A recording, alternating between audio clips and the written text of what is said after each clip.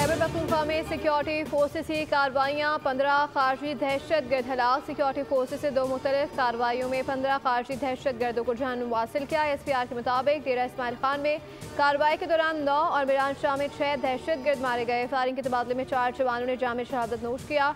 हलाक खारजी कानून नाफिज करने वाले इदारों को मतलूब थे। सदर और वजीर आजम का सिक्योरिटी फोर्सेस को खराज तहसीन।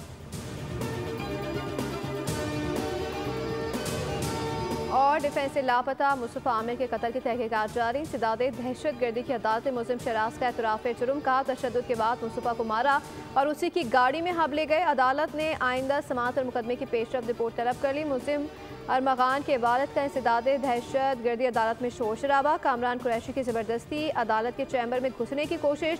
मुस्तफा की वालिदा और अरमगान के घर से हासिल होने वाले खून का DNA मैच कर गया। तफ्तीशी अफसर के मुताबिक लड़की के मामले पर मुस्तफा और अरमगान में झगड़ा न्यू ईयर नाइट पर हुआ। मुज़्रिम के हवाले से सनसनीखेज इंकशाफात।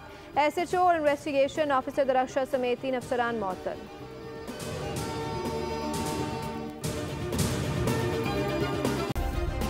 सब्सक्राइब करें और बेल दबाएं ताकि कोई खबर रह न जाए।